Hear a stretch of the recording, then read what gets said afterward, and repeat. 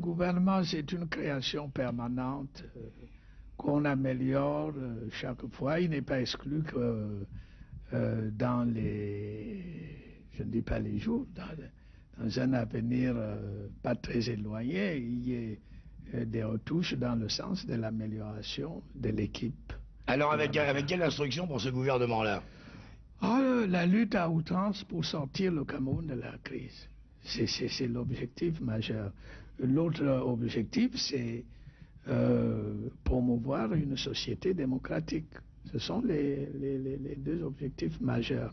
Naturellement, il y a un troisième objectif sous-jacent qui est permanent, c'est le maintien de l'unité nationale, le renforcement de l'unité nationale sans laquelle rien ne peut être fait. Chers téléspectateurs, bonsoir et bienvenue. Une météo politique apparemment tranquille qui s'anime tout d'un coup, prenant le contre-pied des imaginations les plus fertiles qui se sont enflammées ces derniers mois au Cameroun pour annoncer un nouveau gouvernement qui finalement n'est arrivé qu'à son heure. Le gouvernement réaménagé du 2 mars 2018 est là. En fait, de gouvernement réaménagé, celui-ci vient briser le ressort d'un discours identitaire qui a nourri la contestation dans certaines parties de notre pays au cours de ces derniers mois.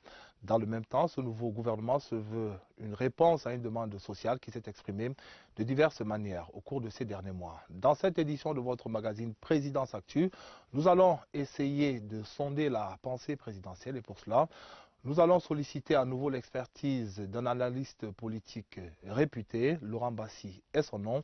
Il est chercheur associé à l'Institut des Relations Internationales du Cameroun, IRIC en abrégé. Chers téléspectateurs, merci une fois de plus de nous offrir votre hospitalité.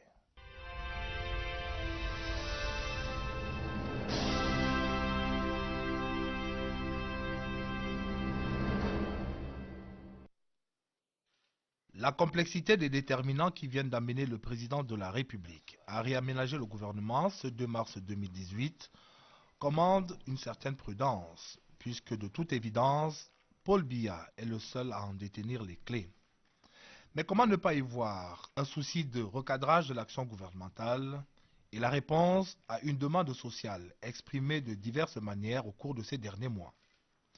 Vous avez dit recadrage de l'action gouvernementale, assurément oui. L'on se souvient que lors de la formation du précédent gouvernement, baptisé gouvernement de mission, le président de la République lui avait assigné entre autres tâches prioritaires, celle d'assurer à ses compatriotes un meilleur accès aux services sociaux de base. Dans quelle proportion cette exhortation présidentielle a-t-elle été satisfaite? À chacun d'avoir sa réponse. Mais pour le chef de l'État, il ne fait pas de doute que la quête d'un surcroît d'efficacité commandait quelques retouches. La deuxième constance qui se dégage de ce mouvement découle quant à elle d'une volonté du président de la République de répondre à une demande sociale de plus en plus forte. Le gouvernement réaménagé le 2 mars 2018 vient en cela répondre à au moins 3 revendications majeures. Et d'abord celle liée à une plus grande participation des citoyens à la gestion des affaires de la cité. La création d'un ministère entièrement dédié à la décentralisation constitue en cela l'expression la plus achevée de l'engagement du président de la République à rapprocher davantage la base du sommet. Autre réponse apportée par l'acte présidentiel, une plus grande intégration des différentes composantes sociologiques du pays au processus décisionnel. Le procès habituellement fait au président Biya de sanctuariser certains départements ministériels dits de souveraineté au profit de certains groupes sociaux de notre pays est désormais vide de toute substance, avec l'arrivée de Paul Atangandji à la tête du ministère en charge de l'administration territoriale. Et la jeunesse dans ce mouvement, c'est bien à elle que revient la part du lion. La preuve en est donnée par la nomination de Paul Elungche comme secrétaire général adjoint de la présidence de la République, d'Oswald Baboke comme directeur adjoint du cabinet civil de la présidence, ou encore l'arrivée de Yves Landry Galax Etoga comme secrétaire d'État à la Défense chargé de la gendarmerie. Une entrée en force des jeunes au gouvernement qui ne constitue en fait que le prolongement d'une option présidentielle qui a vu arriver au cours de ces derniers mois de nombreux jeunes dans la haute administration et plus récemment encore à la tête de sociétés d'État et à la présidence de conseils d'administration de sociétés parapubliques. À charge maintenant pour les nouveaux jeunes appelés d'assurer avec le même bonheur la gestion des hommes, comme ils l'ont fait jusque-là avec celle des dossiers à eux confiés. Et que dire alors des femmes? À la faveur de ce réaménagement, leur quota est relevé grâce notamment à l'arrivée à la tête du ministère en charge des enseignements secondaires d'une femme en la personne de Nalova Lionga. L'arrivée de l'ancienne vice-chancelleur de l'université de Buea au Minesec consacre la confiance placée par le président Biya à la femme camerounaise, à qui il revient désormais l'entière responsabilité d'assurer la formation des jeunes de notre pays, du primaire au secondaire. La nouvelle organisation gouvernementale décidée ce 2 mars par le chef de l'État, bien que d'amplitude relativement faible, n'épargne pas ce qui pourrait à juste titre être considéré comme les affaires réservées du président. En l'occurrence, le cabinet civil de la présidence de la République, à la tête duquel Samuel Mvondo-Ayolo prend le relais de Martin Belinga-Boutou. Pour le reste, Philémon Yan voit son bail renouvelé comme capitaine de l'équipe, un rôle qu'il assume sans interruption depuis le 29 juin 2009.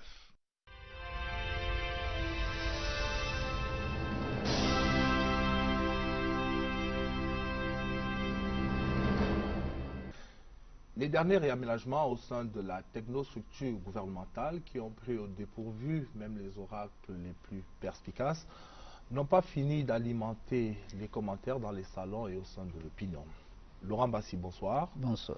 Vous êtes analyste politique, chercheur associé à l'Institut des Relations Internationales du Cameroun. Vos analyses et projections nous ont toujours été d'un précieux apport dans le cadre de cette émission, Présidence Actu. Et nous avons à nouveau fait la démarche vers vous pour solliciter votre regard de spécialiste. Essayer de décrypter le dernier réaménagement gouvernemental au Cameroun, son objet, son amplitude, les réponses qu'il apporte, éventuellement les questions éventuelles qu'il laisse en suspens. Mais avant d'entrer dans le vif des débats, arrêtons-nous un instant à l'effet de surprise qui a entouré ce dernier réaménagement gouvernemental. Bien qu'attendu et mille et une fois annoncé, il semble avoir pris au dépourvu plus d'un. Ben, au-delà de cet effet de surprise, il faudrait peut-être d'abord souligner qu'il s'agit d'un acte de continuité de l'office présidentiel. Le chef de l'État lui-même indiquait aux premières heures de sa magistrature que le gouvernement est une création permanente. Dès lors, en fonction de l'appréciation qui peut être la sienne de la réalité ou de l'évolution de la réalité nationale, il peut être amené à prendre un certain nombre de décisions. Il est d'autant plus fondé à le faire que, au terme de la Constitution, il nomme aux emplois civils et militaires. Cela étant, c'est une surprise que l'on peut comprendre car il y a le principe et sa déclinaison. L'acte présidentiel n'est pas éligible dans l'absolu. On peut légitimement considérer qu'au regard des agitations notées dans la zone anglophone de notre pays et d'un certain besoin de recadrage de certains pans de l'activité gouvernementale, ce réaménagement était souhaitable. Alors, sondons à présent le contexte qui entoure la survenance de ce réaménagement gouvernemental. Pourquoi maintenant et pas avant ou après? La question du moment est exclusive au chef de l'État. Il est seul juge de l'opportunité. Une fois encore, il y a des éléments objectifs qui militaient en faveur de ce type d'évolution, mais il a décidé que ce soit à ce moment. Lorsque vous observez ce qui se passe en zone anglophone, avec un certain nombre d'inquiétantes dérives, des enlèvements, des assassinats, des incendies, etc., il était normal que le chef de l'État, sous l'angle sécuritaire, prenne des dispositions qui permettent éventuellement de juguler cette situation. C'est la raison pour laquelle le ministère de l'administration territoriale, par exemple, et la gendarmerie nationale ont été concernés par le mouvement. D'autre part, vous avez un certain nombre de revendications politiques constantes de la même partie anglophone qui ont été notées depuis ces derniers mois et auxquelles des réponses ont été apportées dans le cadre de ce réaménagement. Et plus loin, vous avez une forme de crise sociale et corporatiste qui concerne notamment les enseignants et vous verrez que le ministère des enseignements secondaires, lui aussi, non seulement il a changé de titulaire, mais son nouveau responsable relève de cette zone. Donc il me semble que ce sont des justifications tout à fait objectives Reste à savoir maintenant comment elles seront mises en pratique dans les faits. Alors, en croyant résoudre un problème, ou des problèmes, vous en avez énuméré quelques-uns, est-ce qu'il n'existe pas un risque tout de même que ce réaménagement contribue à en créer d'autres? Nous savons tous sur le plan politique que la météo est constellée d'un certain nombre d'échéances politiques actuelles et même à venir. Est-ce que opérer ce réaménagement maintenant, on sait que pour certains, un poste ministériel est synonyme de rente. Est-ce que ce réaménagement n'est pas de nature à exacerber certains mécontentements aussi? Dans la logique politique fondamentale, aucun choix n'est exempt de risque. Mais il me semble que le chef de l'État a tenu à parer au plus pressé. Vous savez que nous sommes dans le sillage d'un certain nombre d'échéances électorales qui devraient se dérouler dans un minimum de sérénité. Sous cet angle, il était important, n'est-ce pas, de bouger quelques pions sur l'échiquier de manière à garantir cette sérénité lors des élections. Maintenant, les situations de rente ou les possibles conséquences des situations de rente ici ou là me semblent jugulables dès lors que le cadre sécuritaire et politique est mis en place de façon rationnelle.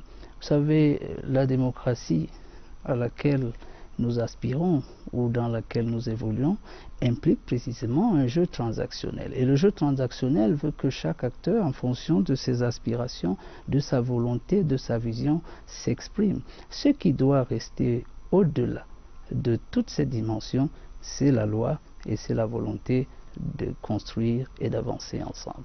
En votre compagnie, nous allons à présent suivre les premiers pas des membres de ce gouvernement réaménagé le 2 mars dernier par le président de la République. Et c'est le Premier ministre Philémon Yang qui s'est prêté à l'exercice d'installation des nouveaux membres du gouvernement. Philémon Yang qui voit lui aussi son bail des services du Premier ministre. On va regarder ce reportage proposé par Lucrèce Bedou-Djemba.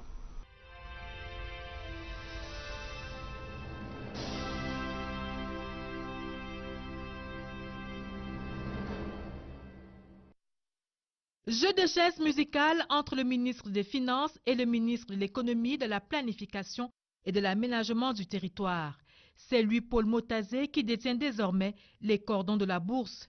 À Alamine Ousmane Meh, ministre de l'Économie, celui qui fut secrétaire général des services du Premier ministre, refile les dossiers du programme économique en cours avec le Fonds monétaire international et le dossier de la maturation ainsi que de la conduite avec efficience des projets socio-économiques au Cameroun en général et des projets structurants en particulier. Le nouveau ministre des Finances mettra désormais toute son énergie à sécuriser et à maximiser nos réserves d'échange, mais également à créer un écosystème de mesures et d'actions favorables au développement du secteur privé au Cameroun. Dans ses bagages, son ministre délégué Yaouba Abdoulaye, qui cède sa place à Paul Tasson, jadis commissaire en charge des questions économiques à la commission de la CIMAC, est de retour dans une maison où il a servi comme secrétaire général avec pour objectif de contribuer à la relance économique du Cameroun et partant au développement de notre pays. Et ce développement doit être impulsé à la base, d'où la création du ministère de la décentralisation et du développement local, où le Premier ministre installe Georges Elanga Obam. Il s'agira par ailleurs pour celui qui était jusque-là coordonnateur national du plan d'urgence triennal d'accélérer le processus de décentralisation, mission retirée à l'ancien MINAT, qui en plus du ministère de la décentralisation et du développement local, a donné naissance au ministère de l'administration territoriale, dont les rênes sont ici confiées pour la première fois à un fils de la partie anglophone du pays, Paul Atanganji, ministre chargé des missions à la présidence de la République jusqu'au décret du 2 mars dernier. C'est vers lui que les autorités administratives vont désormais remonter les informations du Cameroun profond. Mais pour avoir la pleine mesure de la situation sur le terrain au quotidien, celui qui est par ailleurs secrétaire permanent du Conseil national de sécurité pourrait travailler en toute intelligence avec le tout nouveau secrétaire d'État à la Défense en charge de la gendarmerie. Galax Yves Landry et Toga remplace Jean-Baptiste Bokam qui a rendu de bons et loyaux services à la nation. Le jeune diplomate, désormais patron des Bérets Rouges, prend les commandes de ce corps au moment où de nombreux gendarmes sont sommairement exécutés dans le nord-ouest et le sud-ouest, un peu comme ces militaires tués au parc par des braconniers en quête d'espèces animales protégées. Et c'est un dossier que le tout nouveau ministre des Forêts et de la Faune trouvera sur sa table. Jules Doré-Ndongo, jadis ministre délégué auprès du ministre de l'Administration territoriale et de la décentralisation, qui remplace Philippe Ngolé Ngwese, devra travailler à sécuriser les espèces protégées pour barrer la voie aux braconniers qui passent par des voies contournées pour atteindre nos parcs et parfois en toute vitesse sans que les agents du ministère des Transports en charge de la sécurité routière ne puissent les rattraper. Et justement, au ministère des Transports, Edgar Alain Mbengor passe la main à Jean-Ernest Massenangale Bibehe. Le Premier ministre, qui lui remet pour ainsi dire le flambeau, l'attend sur la piste du décollage définitif du secteur aéroportuaire et sur les chantiers du développement du transport urbain et interurbain en passant par toutes les réformes en cours dans le secteur. Les connaissances que Jean-Ernest Massenangale Bibehe a de ce milieu l'aideront certainement à prendre le bon envol, loin des défis des lycées et collèges, charge qui incombe désormais à Nalova Lyonga Pauline Egbe. L'unique dame parmi les promus du 2 mars dernier porte à 11 le nombre de femmes dans ce gouvernement. L'ancien recteur de l'université de Buea, premier anglophone à prendre les commandes d'un ministère en charge de l'éducation, aura pour remorque de résoudre toutes les équations posées par les enseignants. Le désormais ministre des Enseignements secondaires a dans son cahier de texte la carrière des enseignants mise à disposition par le ministère de la Fonction publique où règne désormais Joseph Lé. L'ancien directeur adjoint du cabinet civil hérite d'un portefeuille ministériel jadis tenu par Michel Anjangouin dans un contexte marqué par des remous entre la tutelle et l'École nationale d'administration et de magistrature. L'ancien journaliste de la CRTV devra travailler à redorer le blason de cette institution tout en poursuivant tous les chantiers de la réforme administrative au Cameroun. Des chantiers en cours et en projet pour faciliter l'accès des populations aux services sociaux de base. Il n'y a que cela au ministère de l'Eau et de l'Énergie dont hérite Gaston Elundou Somba. Le directeur général de la Société camerounaise des dépôts pétroliers devra s'appuyer sur son profil d'ingénieur statisticien et d'économiste pour satisfaire la demande sans cesse croissante dans ce secteur, et ceci à la suite de Basile Atanganakuna qui a tracé la voie de l'amélioration de l'offre hydraulique et énergétique au Cameroun. Des voies à tracer, mieux des routes à construire pour que suive le développement, c'est ce à quoi va s'atteler le tout nouveau secrétaire d'État auprès du ministre des Travaux publics chargé des routes, Armand Jodom, qui succède à lui Max Aïna Owanja. L'inspecteur des postes et télécommunications veillera à la construction et à la réhabilitation des routes, même si pour cela il faudra user de diplomatie pour calmer les tensions des populations riveraines, comme saura le faire en tant que de besoin Félix Mbagnou au sein du Club des Gentlemen. Diplomate, ancien secrétaire général du ministère des Relations extérieures, le tout nouveau ministre délégué auprès du MINREX chargé de la coopération avec le Commonwealth monte d'un palier dans une maison qu'il fréquente depuis 1981.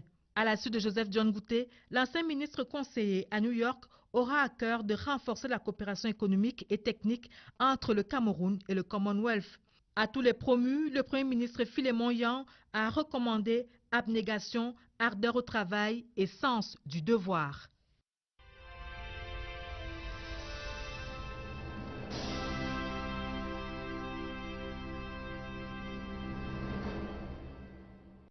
Retour à vous, Laurent Bassi, invité de cette édition de Présidence Actu. Vous avez commencé à évoquer quelques réponses que ce gouvernement réaménagé le 2 mars dernier par le président Biya apporte. Arrêtons-nous à un certain nombre de ces réponses-là apportées par ce réaménagement. Il y a que désormais, nous avons un ministère dédié à la décentralisation. Effectivement, c'est une réponse majeure aux revendications de la collectivité anglophone du Cameroun au cours de ces derniers mois. Mais je dois dire qu'elle s'inscrit dans un corpus plus global et plus élargi que là. La première réponse tient à ce que le président a fait droit à la volonté des anglophones, par exemple, de jouir d'une meilleure représentation au sein de l'appareil d'État. 2 ministères de souveraineté leur ont été affectés, notamment l'administration territoriale et les enseignements secondaires. Et au-delà de ça, effectivement, il y a la création d'un ministère de la décentralisation et du développement local. Et il me semble que cette approche était inéluctable. Lorsqu'on construit une société moderne, c'est une mutation institutionnelle et sociale à laquelle il faut s'attendre. C'est-à-dire que au moment où l'État jacobin, l'idée de l'État jacobin est relativement redéfinie, il est tout à fait normal que le processus de décentralisation jouisse d'une autonomie politique, et en l'occurrence d'un département ministériel spécifique.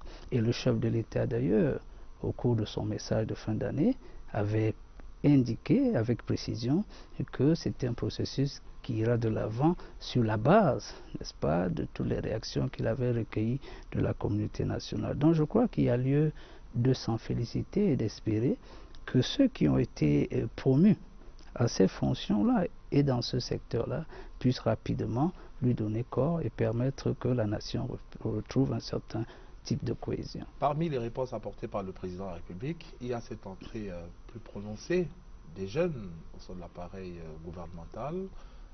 Vous avez été surpris. Quelle lecture faites-vous de ce que le secrétariat d'État à la Défense chargé de la gendarmerie soit par exemple confié à un jeune de 43 ans à peine?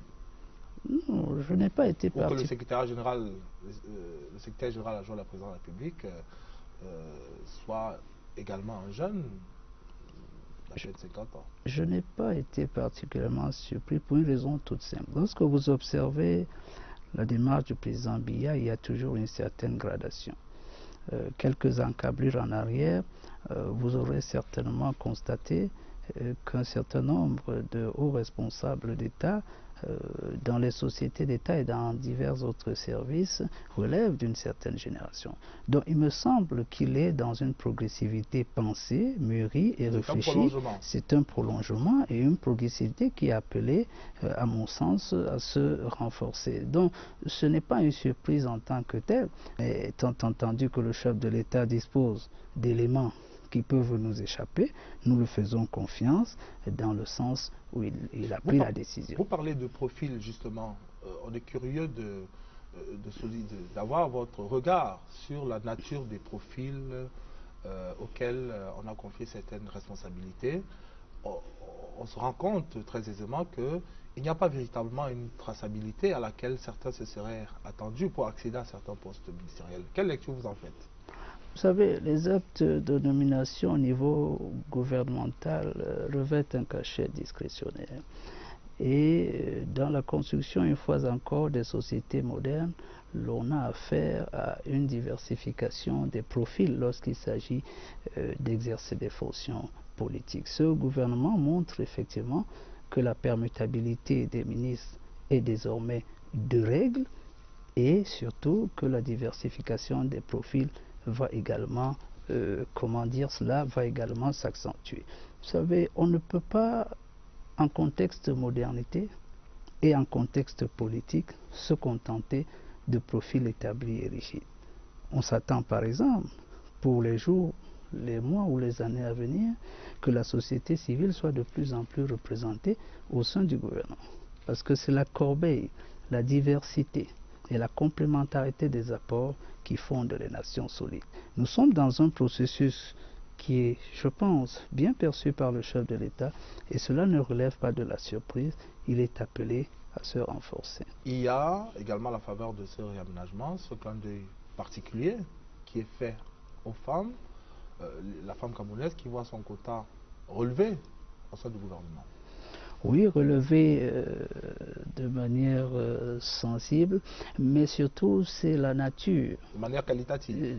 De manière qualitative. C'est la nature du portefeuille confié à une dame qui est à relever. C'est la première fois que le ministère de l'Éducation nationale, comme on disait dans l'ancien temps, des enseignements secondaires aujourd'hui, est confié à une dame, car par le passé, elles y avaient toujours occupé des postes de second rang. C'est donc un challenge pour la femme camerounaise à laquelle est confiée aujourd'hui la formation de nos jeunes compatriotes, de démontrer de quoi elle est capable. Et c'est également le signe que le chef de l'État, il me semble, entend faire participer davantage les femmes à l'œuvre de construction nationale.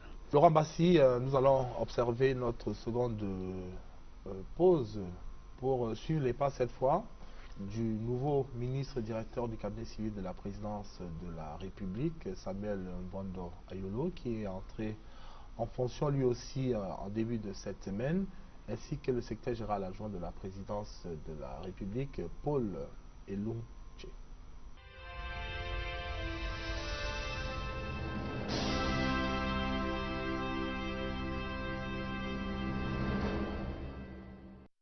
Le nouveau directeur du cabinet civil de la présidence de la République, quelques minutes avant son entrée officielle en fonction. Sur le point de quitter sa résidence, Samuel Mvondo Ayolo est convié à marquer une escale significative à l'entrée.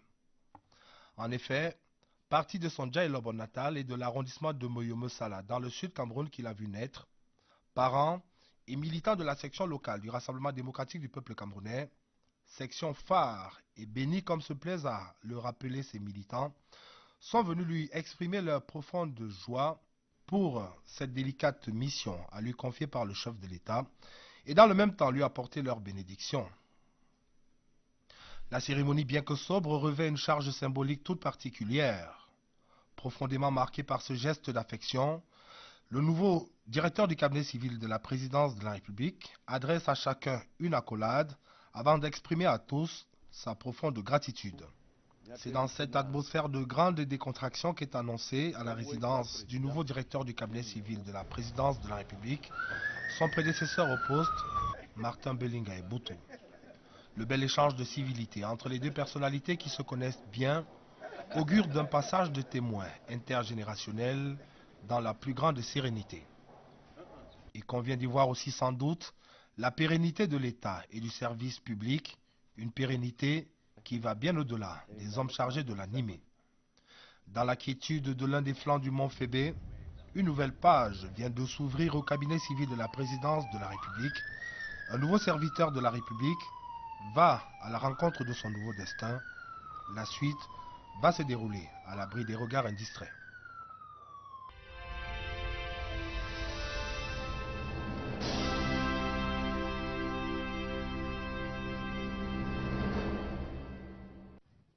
À peine 5 minutes, et voilà Paul Elungche, l'ancien ministre délégué auprès du ministre des Finances, installé dans son fauteuil des ministres, secrétaire général adjoint de la présidence de la République.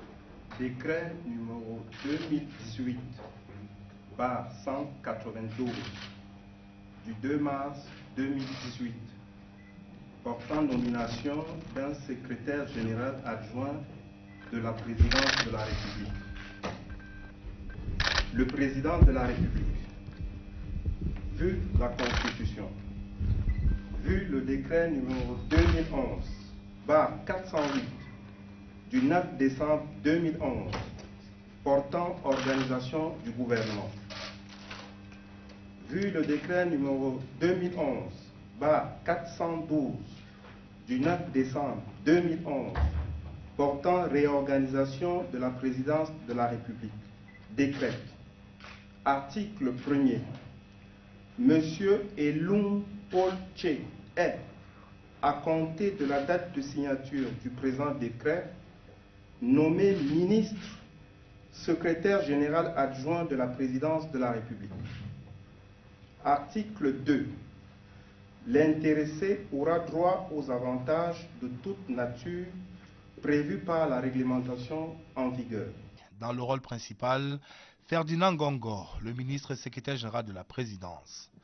Monsieur Elung Paul Che, au nom de son Excellence, Monsieur le Président de la République, je vous installe dans vos fonctions de ministre, secrétaire général adjoint de la présidence de la République. Pour vivre l'entrée en scène du nouveau secrétaire général adjoint de la présidence de la République, un parterre distingué de personnel de l'auguste institution. Dans les rangs, des conseillers techniques, des chargés de mission, des attachés et divers autres responsables de la présidence. La cérémonie qui consacre une progression remarquable dans la carrière de cet inspecteur du Trésor, qui a servi à diverses positions dans les services centraux et déconcentrés du ministère des Finances, avant d'être promu directeur de la Caisse de stabilisation des prix des hydrocarbures, puis ministre délégué aux Finances, est vécu par quelques-uns de ses proches, dont son épouse. Congratulations and welcome on board, Mr. Minister. L'acte final de cette cérémonie d'installation aura pour cadre le cabinet du désormais SGA-PRC qui se fait présenter son nouveau cadre de travail sur la table duquel les parapheurs ne vont pas tarder à arriver.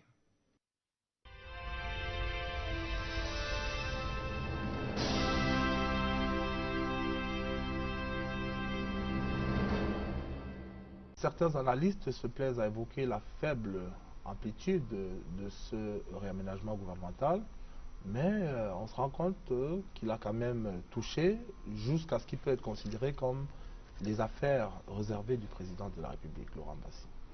Oui, les responsabilités d'État obéissent à une dynamique et le cabinet rapproché du président n'en est pas exempt.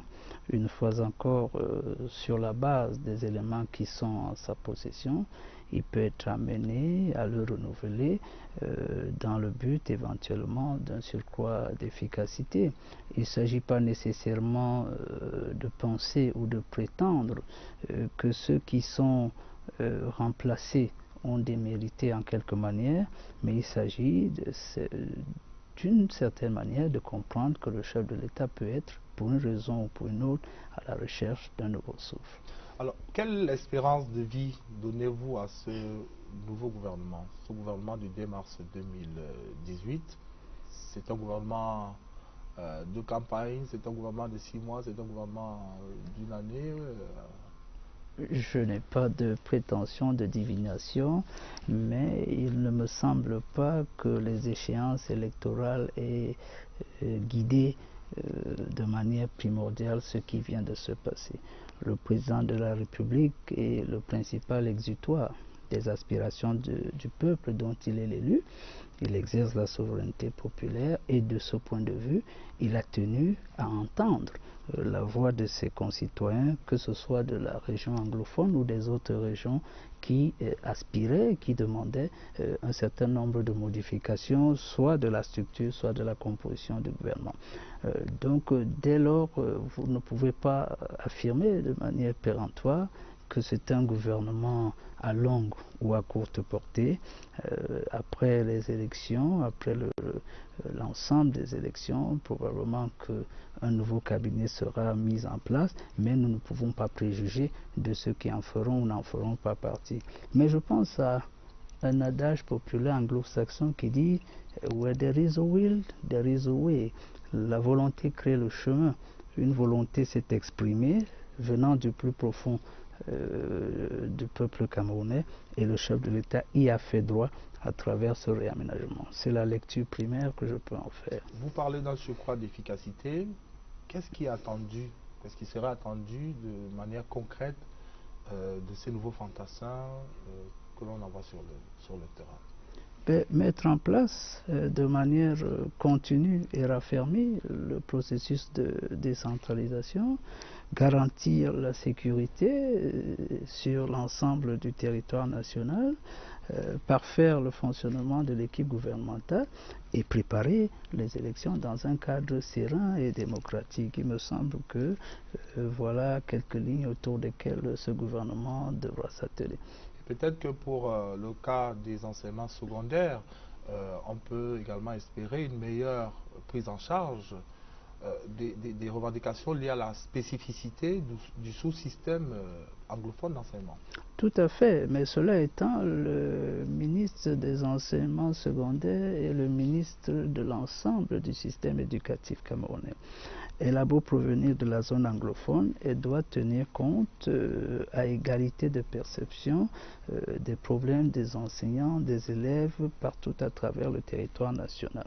Il me semble que c'est un aspect important à soulever. Dans ce réaménagement, ce n'est pas un détail de dire quand même que l'essentiel du socle gouvernemental a été maintenu. C'est un C'est un sauf-conduit qui est ainsi donné aux membres de l'ancienne équipe qui ont été reconduits. On ne saurait le dire. Vous savez, dans la perspective des élections qui se tiennent au cours de cette année, un mouvement de vaste ampleur n'était pas envisageable. Il s'agit d'un réaménagement de circonstances afin de colmater quelques brèches et d'avancer vers les élections. Une fois encore, au-delà du scrutin présidentiel, peut-être que les cartes seront tirées de manière plus claire. Vous savez, la différence entre les différents types d'actes présidentiels se rapportant au gouvernement est généralement celle du volume. Une formation du gouvernement est consécutive à la nomination d'un nouveau Premier ministre.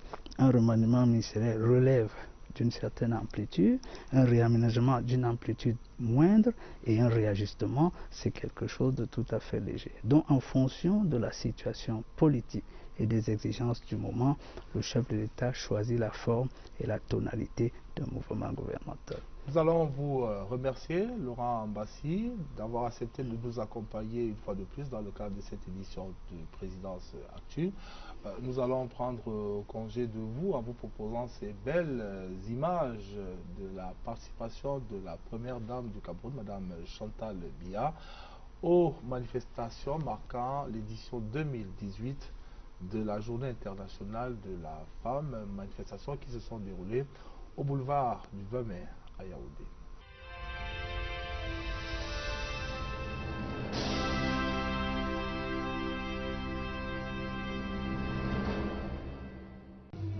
Habillé aux couleurs de la Journée internationale de la femme, le boulevard du 20 mai à Yaoundé se pare des atours de fête pour accueillir la première dame camerounaise, Mme Chantal Biya. À son arrivée, elle est saluée par Marie-Thérèse Abénaoundoua, ministre de la promotion de la femme et de la famille. Puis ces deux jeunes qui, en français et en anglais, déclament les mots d'accueil.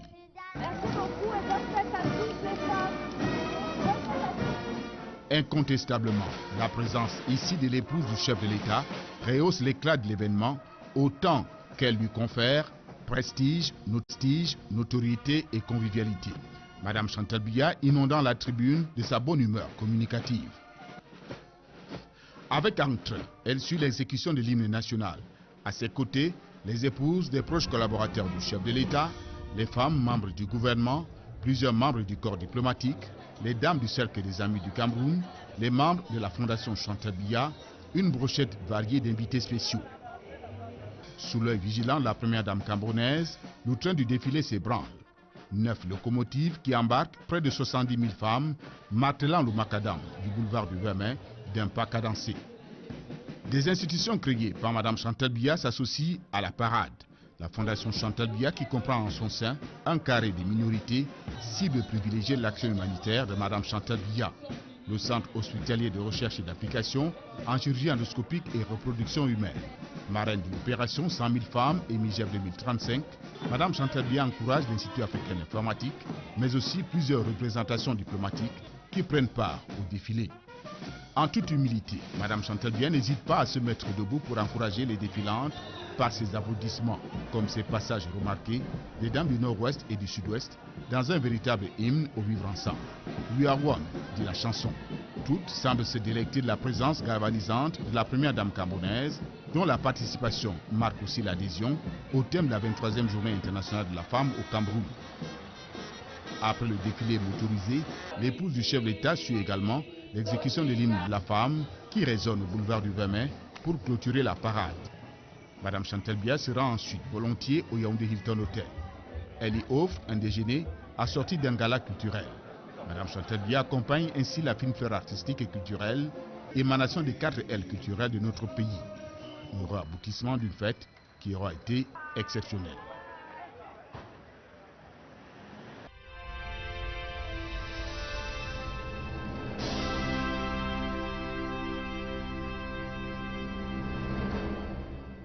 Le gouvernement, c'est une création permanente qu'on améliore chaque fois. Il n'est pas exclu que dans les, je ne dis pas les jours, dans un avenir pas très éloigné, il y ait des retouches dans le sens de l'amélioration de l'équipe. Alors avec quelle instruction pour ce gouvernement-là? La lutte à outrance pour sortir le Cameroun de la crise. C'est l'objectif majeur. L'autre objectif, c'est promouvoir une société démocratique. Ce sont les deux objectifs majeurs. Naturellement, il y a un troisième objectif sous-jacent qui est permanent, c'est le maintien de l'unité nationale, le renforcement de l'unité nationale sans laquelle rien ne peut être fait. Cette édition de votre magazine Présidence Actu est à présent terminée. Merci de l'avoir regardé. Le gouvernement, c'est une création permanente qu'on améliore chaque fois. Il n'est pas exclu que dans les, je ne dis pas les jours, dans un avenir pas très éloigné, il y ait des retouches dans le sens de l'amélioration de l'équipe. Alors avec quelle instruction pour ce gouvernement-là? La lutte à outrance pour sortir le Cameroun de la crise. C'est l'objectif majeur. L'autre objectif, c'est promouvoir une société démocratique. Ce sont les deux objectifs majeurs. Naturellement, il y a un troisième objectif sous-jacent qui est permanent, c'est le maintien de l'unité nationale, le renforcement de l'unité nationale sans laquelle rien ne peut être fait. Chers téléspectateurs, bonsoir et bienvenue. Une météo politique apparemment tranquille qui s'anime tout d'un coup, prenant le contre-pied des imaginations les plus fertiles qui se sont enflammées ces derniers mois au Cameroun. Le gouvernement, c'est une création permanente qu'on améliore chaque fois. Il n'est pas exclu que dans les, je ne dis pas les jours, dans un avenir pas très éloigné, il y ait des retouches dans le sens de l'amélioration de l'équipe. Alors avec quelle instruction pour ce gouvernement-là? La lutte à outrance pour sortir le Cameroun de la crise. C'est l'objectif majeur. L'autre objectif, c'est promouvoir une société démocratique. Ce sont les deux objectifs majeurs. Naturellement, il y a un troisième objectif sous-jacent qui est permanent, c'est le maintien de l'unité nationale, le renforcement de l'unité nationale sans laquelle rien ne peut être fait. Chers téléspectateurs, bonsoir et bienvenue. Une météo politique apparemment tranquille qui s'anime tout d'un coup, prenant le contre-pied des imaginations les plus fertiles qui se sont enflammées ces derniers mois au Cameroun pour annoncer un nouveau gouvernement qui finalement n'est arrivé qu'à son heure. Le gouvernement réaménagé du 2 mars 2018 est là. En fait, de gouvernement réaménagé, celui-ci vient briser le ressort d'un discours identitaire qui a nourri la contestation dans certaines parties de notre pays au cours de ces derniers mois. Dans le même temps, ce nouveau gouvernement se veut une réponse à une demande sociale qui s'est exprimée de diverses manières au cours de ces derniers mois. Dans cette édition de votre magazine Présidence Actu, nous allons essayer de sonder la pensée présidentielle et pour cela, nous allons solliciter à nouveau l'expertise d'un analyste politique réputé, Laurent Bassi est son nom. Il est chercheur associé à l'Institut des Relations Internationales du Cameroun, IRIC en abrégé. Chers téléspectateurs, merci une fois de plus de nous offrir votre hospitalité.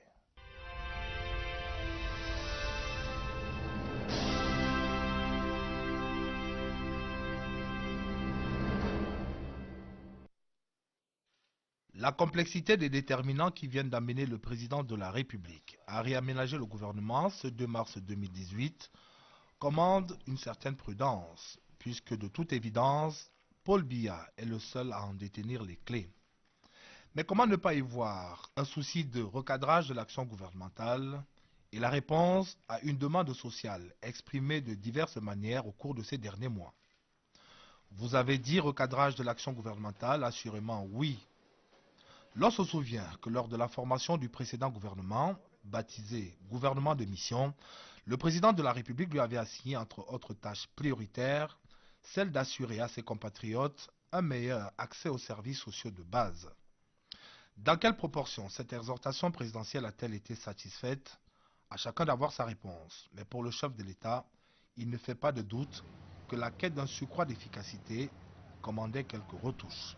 La deuxième constance qui se dégage de ce mouvement découle quant à elle d'une volonté du président de la République de répondre à une demande sociale de plus en plus forte. Le gouvernement réaménagé le 2 mars 2018 vient en cela répondre à au moins 3 revendications majeures. Et d'abord celle liée à une plus grande participation des citoyens à la gestion des affaires de la cité. La création d'un ministère entièrement dédié à la décentralisation constitue en cela l'expression la plus achevée de l'engagement du président de la République à rapprocher davantage la base du sommet. Autre réponse apportée par l'acte présidentiel, une plus grande intégration des différentes composantes sociologiques du pays au processus décisionnel. Le procès habituellement fait au président Biya de sanctuariser certains départements ministériels dits de souveraineté au profit de certains groupes sociaux de notre pays est désormais vide de toute substance, avec l'arrivée de Paula Tangandji à la tête du ministère en charge de l'administration territoriale. Et la jeunesse dans ce mouvement, c'est bien elle que revient la part du lion. La preuve en est donnée par la nomination de Paul Elungche comme secrétaire général adjoint de la présidence de la République, d'Oswald Baboke comme directeur adjoint du cabinet civil de la présidence, ou encore l'arrivée de Yves Landry Galax Etoga comme secrétaire d'État à la défense chargé de la gendarmerie. Une entrée en force des jeunes au gouvernement qui ne constitue en fait que le prolongement d'une option présidentielle qui a vu arriver au cours de ces derniers mois de nombreux jeunes dans la haute administration et plus récemment encore à la tête de sociétés d'État et à la présidence de conseils d'administration de sociétés parapubliques. À charge maintenant pour les nouveaux jeunes appelés d'assurer avec le même les commandes de ce corps au moment où de nombreux gendarmes sont sommairement exécutés dans le nord-ouest et le sud-ouest, un peu comme ces militaires tués au parc par des braconniers en quête d'espèces animales protégées. Et c'est un dossier que le tout nouveau ministre des Forêts et de la Faune trouvera sur sa table. Jules Dorendongo, jadis ministre délégué auprès du ministre de l'Administration territoriale et de la décentralisation, qui remplace Philippe Ngolengwese, devra travailler à sécuriser les espèces protégées pour barrer la voie aux braconniers qui passent par des voies contournées pour atteindre nos parcs et parfois en toute vitesse sans que les agents du ministère des Transports en charge de la sécurité routière ne puissent les rattraper. Et justement, au ministère des Transports, Edgar Alain Mbengor passe la main à Jean-Ernest Massenangale Bibehe. Le Premier ministre qui lui remet pour ainsi dire le flambeau l'attend sur la piste du décollage définitif du secteur aéroportuaire et sur les chantiers du développement du transport urbain et interurbain en passant par toutes les réformes en cours dans le secteur. Les connaissances que Jean-Ernest Massenangale Bibehe a de ce milieu l'aideront certainement à prendre le bon envol, loin des défis des lycées et collèges, charge qui incombe désormais à Nalova Lyonga Pauline Egbe. L'unique dame parmi les promus du 2 mars dernier porte à 11 le nombre de femmes dans ce gouvernement. L'ancien recteur de l'université de Bouéa, premier anglophone à prendre les commandes d'un ministère en charge de l'éducation, aura pour remorque de résoudre toutes les équations posées par les enseignants. Le désormais ministre des Enseignements secondaires a dans son cahier de texte la carrière des enseignants mise à disposition par le ministère de la Fonction publique où règne désormais Joseph Lé. L'ancien directeur adjoint du cabinet civil hérite d'un portefeuille ministériel jadis tenu par Michel Anjangouin dans un contexte marqué par des remous entre la tutelle et l'École nationale d'administration et de magistrature. L'ancien journaliste de la CRTV devra travailler à redorer le blason de cette institution tout en poursuivant tous les chantiers de la réforme administrative au Cameroun. Des chantiers en cours et en projet pour faciliter l'accès des populations aux services sociaux de base. Il n'y a que cela au ministère de l'Eau et de l'Énergie dont hérite Gaston Elundou Somba. Le directeur général de la Société camerounaise des dépôts pétroliers devra s'appuyer sur son profil d'ingénieur statisticien et d'économiste pour satisfaire la demande sans cesse croissante dans ce secteur, et ceci à la suite de Basile Atanganakuna qui a tracé la voie de l'amélioration de l'offre hydraulique et énergétique au Cameroun. Des voies à tracer, mieux des routes à construire pour que suive le développement, c'est ce à quoi va s'atteler le tout nouveau secrétaire d'État auprès du ministre des Travaux publics chargé des routes, Armand Jodom, qui succède à lui Max Aïna Ouanja. L'inspecteur des postes et télécommunications veillera à la construction et à la réhabilitation des routes, même si pour cela il faudra user de diplomatie pour calmer les tensions des populations riveraines, comme saura le faire en tant que de besoin Félix Mbagnou au sein du Club des Gentlemen. Diplomate, ancien secrétaire général du ministère des Relations extérieures, le tout nouveau ministre délégué auprès du MINREX chargé de la coopération avec le Commonwealth monte d'un palier dans une maison qu'il fréquente depuis 1981. À la suite de Joseph John Gouté, l'ancien ministre conseiller à New York aura à cœur de renforcer la coopération économique et technique entre le Cameroun et le Commonwealth. À tous les promus, le Premier ministre Philémon Yang a recommandé abnégation, ardeur au travail et sens du devoir.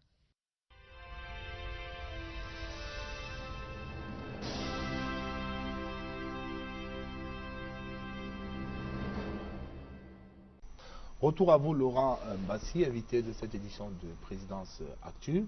Vous avez commencé à évoquer quelques réponses que ce gouvernement réaménagé le 2 mars dernier par le président Biya apporte. Arrêtons-nous à un certain nombre de ces réponses-là apportées par ce réaménagement. Il y a que désormais, nous avons un ministère dédié à la décentralisation. Effectivement, c'est une réponse majeure aux revendications de la collectivité anglophone du Cameroun au cours de ces derniers mois.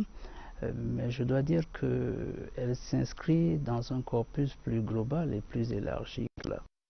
La première réponse tient à ce que le président a fait droit à la volonté des anglophones, par exemple, de jouir d'une meilleure représentation au sein de l'appareil d'État. 2 ministères de souveraineté leur ont été affectés, notamment l'administration territoriale et les enseignements secondaires. Et au-delà de ça, effectivement, il y a la création d'un ministère de la décentralisation et du développement local. Et il me semble que cette approche était inéluctable. Lorsqu'on construit une société moderne, c'est une mutation institutionnelle et sociale à laquelle il faut s'attendre. C'est-à-dire que au moment où l'État jacobin, l'idée de l'État jacobin est relativement redéfinie, il est tout à fait normal que le processus de décentralisation jouisse d'une autonomie politique et en l'occurrence d'un département ministériel spécifique. Et le chef de l'État d'ailleurs, au cours de son message de fin d'année, avait indiqué avec précision que c'était un processus qui ira de l'avant sur la base, n'est-ce pas, de toutes les réactions qu'il avait recueillies de la communauté nationale. Donc je crois qu'il y a lieu de s'en féliciter et d'espérer que ceux qui ont été promus à ces fonctions-là et dans ce secteur-là puissent rapidement lui donner corps et permettre que la nation retrouve un certain type de cohésion. Parmi les réponses apportées par le président de la République, il y a cette entrée plus prononcée des jeunes au sein de l'appareil gouvernemental. Vous avez été surpris. Quelle lecture faites-vous de ce que le secrétariat d'État à la défense chargé de la gendarmerie soit par exemple confié à un jeune de 43 ans à peine? Non, je n'ai pas été parti. Ou que le secrétaire général adjoint de la présidence de la République soit également un jeune d'âge de 50 ans. Je n'ai pas été particulièrement surpris pour une raison toute simple. Lorsque vous observez la démarche du président Biya, il y a toujours une certaine gradation. Quelques encablures en arrière, vous aurez certainement constaté qu'un certain nombre de hauts responsables d'État dans les sociétés d'État et dans divers autres services relèvent d'une certaine génération.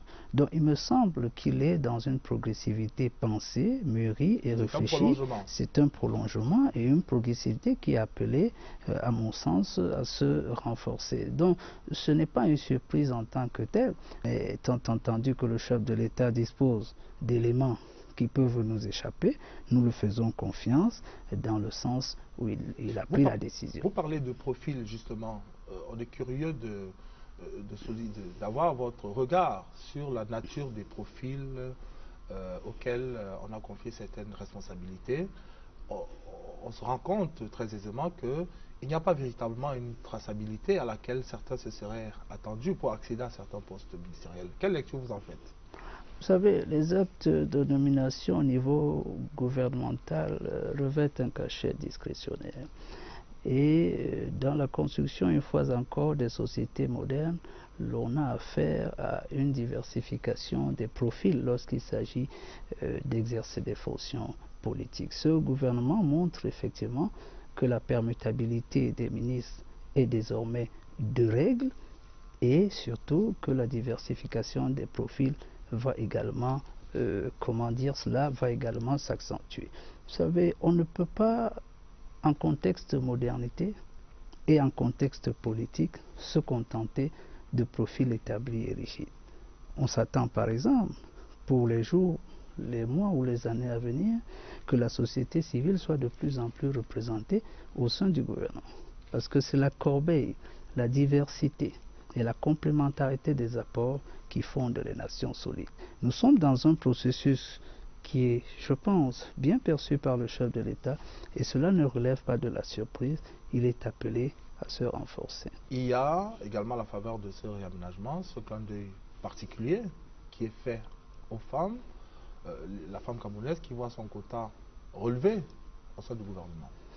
Oui, relevé de manière sensible, mais surtout c'est la nature. De manière qualitative. De manière qualitative. C'est la nature du portefeuille confié à une dame qui est à relever. C'est la première fois que le ministère de l'Éducation nationale, comme on disait dans l'ancien temps, des enseignements secondaires aujourd'hui, est confié à une dame, car par le passé, elles y avaient toujours occupé des postes de second rang. C'est donc un challenge pour la femme camerounaise à laquelle est confiée aujourd'hui la formation de nos jeunes compatriotes, de démontrer de quoi elle est capable. Et c'est également le signe que le chef de l'État, il me semble, entend faire preuve de cette zone. Donc il me semble que ce sont des justifications tout à fait objectives. Reste à savoir maintenant comment elles seront mises en pratique dans les faits. Alors, en croyant résoudre un problème, ou des problèmes, vous en avez énuméré quelques-uns, est-ce qu'il n'existe pas un risque tout de même que ce réaménagement contribue à en créer d'autres? Nous savons tous sur le plan politique que la météo est constellée d'un certain nombre d'échéances politiques, actuelles et même à venir. Est-ce que opérer ce réaménagement maintenant, on sait que pour certains, un poste ministériel est synonyme de rente. Est-ce que ce réaménagement n'est pas de nature à exacerber certains mécontentements aussi? Dans la logique politique fondamentale, aucun choix n'est exempt de risque. Mais il me semble que le chef de l'État a tenu à parer au plus précis. Vous savez que nous sommes dans le sillage d'un certain nombre d'échéances électorales qui devraient se dérouler dans un minimum de sérénité. Sous cet angle, il était important, n'est-ce pas, de bouger quelques pions sur l'échiquier de manière à garantir cette sérénité lors des élections. Maintenant, les situations de rente ou les possibles conséquences des situations de rente ici ou là me semble jugulable dès lors que le cadre sécuritaire et politique est mis en place de façon rationnelle. Vous savez, la démocratie à laquelle nous aspirons ou dans laquelle nous évoluons implique précisément un jeu transactionnel. Et le jeu transactionnel veut que chaque acteur, en fonction de ses aspirations, de sa volonté, de sa vision, s'exprime. Ce qui doit rester au-delà de toutes ces dimensions, c'est la loi et c'est la volonté de construire et d'avancer ensemble. En votre compagnie, nous allons à présent suivre les premiers pas des membres de ce gouvernement réaménagé le 2 mars dernier par le président de la République. Et c'est le Premier ministre Philémon Yan qui s'est prêté à l'exercice d'installation des nouveaux membres du gouvernement. Philémon Yan qui voit lui aussi son bail des services du Premier ministre. On va regarder ce reportage proposé par Lucrèce Bedoujedba.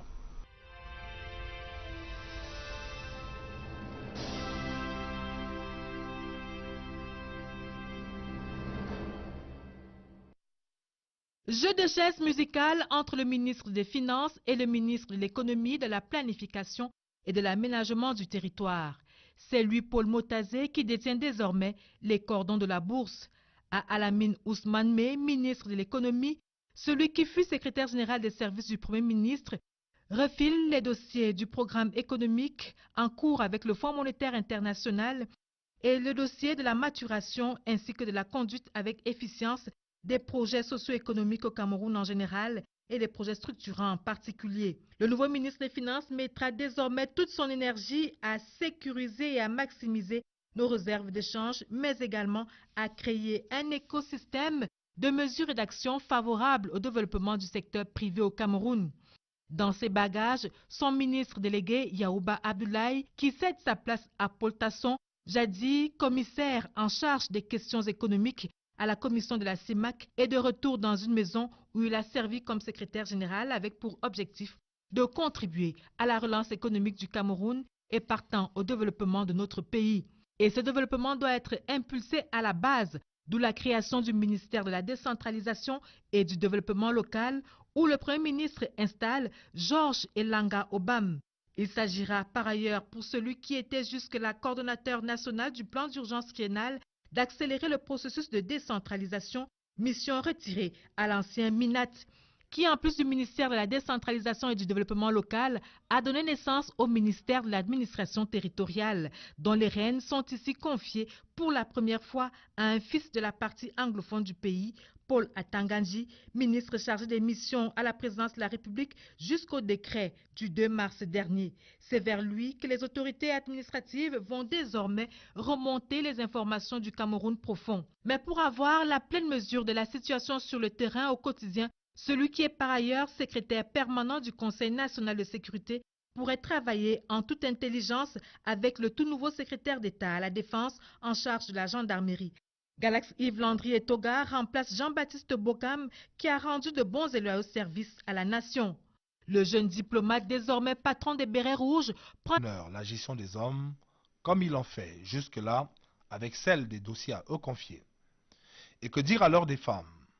À la faveur de ce réaménagement, leur quota est relevé grâce notamment à l'arrivée à la tête du ministère en charge des enseignements secondaires d'une femme en la personne de Nalova Lionga.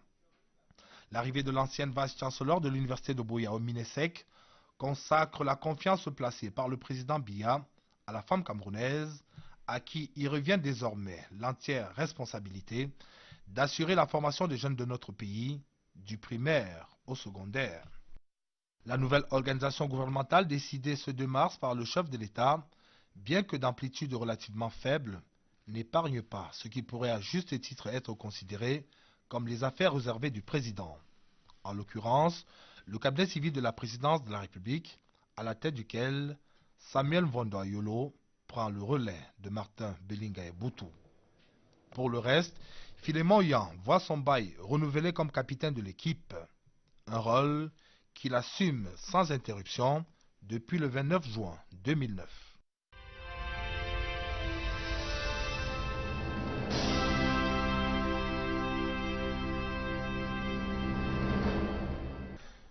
Les derniers réaménagements au sein de la technostructure gouvernementale qui ont pris au dépourvu même les oracles les plus perspicaces n'ont pas fini d'alimenter les commentaires dans les salons et au sein de l'opinion. Laurent Bassi, bonsoir. Bonsoir. Vous êtes analyste politique, chercheur associé à l'Institut des relations internationales du Cameroun. Vos analyses et projections nous ont toujours été d'un précieux apport dans le cadre de cette émission, Présidence Actu. Et nous avons à nouveau fait la démarche vers vous pour solliciter votre regard de spécialiste. Essayer de décrypter le dernier réaménagement gouvernemental au Cameroun, son objet, son amplitude, les réponses qu'il apporte, éventuellement les questions éventuelles qu'il laisse en suspens. Mais avant d'entrer dans le vif des débats, arrêtons-nous un instant à l'effet de surprise qui a entouré ce dernier réaménagement gouvernemental. Bien qu'attendu et mille et une fois annoncé, il semble avoir pris au dépourvu plus d'un. Ben, au-delà de cet effet de surprise, il faudrait peut-être d'abord souligner qu'il s'agit d'un acte de continuité de l'office présidentiel. Le chef de l'État lui-même indiquait aux premières heures de sa magistrature que le gouvernement est une création permanente. Dès lors, en fonction de l'appréciation qui peut être la sienne de la réalité ou de l'évolution de la réalité nationale, il peut être amené à prendre un certain nombre de décisions. Il est d'autant plus fondé à le faire que, au terme de la Constitution, il nomme aux emplois civils et militaires. Cela étant, c'est une surprise que l'on peut comprendre car il y a le principe et sa déclinaison. L'acte présidentiel n'est pas illisible dans l'absolu. On peut légitimement considérer qu'au regard des agitations notées dans la zone anglophone de notre pays et d'un certain besoin de recadrage de certains pans de l'activité gouvernementale, ce réaménagement était souhaitable. Alors, sondons à présent le contexte qui entoure la survenance de ce réaménagement gouvernemental. Pourquoi maintenant et pas avant ou après? La question du moment est exclusive au chef de l'État. Il est seul juge de l'opportunité. Une fois encore, il y a des éléments objectifs qui militaient en faveur de ce type d'évolution, mais il a décidé que ce soit à ce moment. Lorsque vous observez ce qui se passe en zone anglophone, avec un certain nombre d'inquiétantes dérives, des enlèvements, des assassinats, des incendies, etc., il était normal que le chef de l'État, sous l'angle sécuritaire, prenne des dispositions qui permettent éventuellement de juguler cette situation. C'est la raison pour laquelle le ministère de l'administration territoriale, par exemple, et la gendarmerie nationale ont été concernés par le mouvement. D'autre part, vous avez un certain nombre de revendications politiques constantes de la même partie anglophone qui ont été notées depuis ces derniers mois et auxquelles des réponses ont été apportées dans le cadre de ce réaménagement. Et plus loin, vous avez une forme de crise sociale et corporatiste qui concerne notamment les enseignants et vous verrez que le ministère des enseignements secondaires, lui aussi, non seulement il a changé de titulaire, mais son nouveau responsable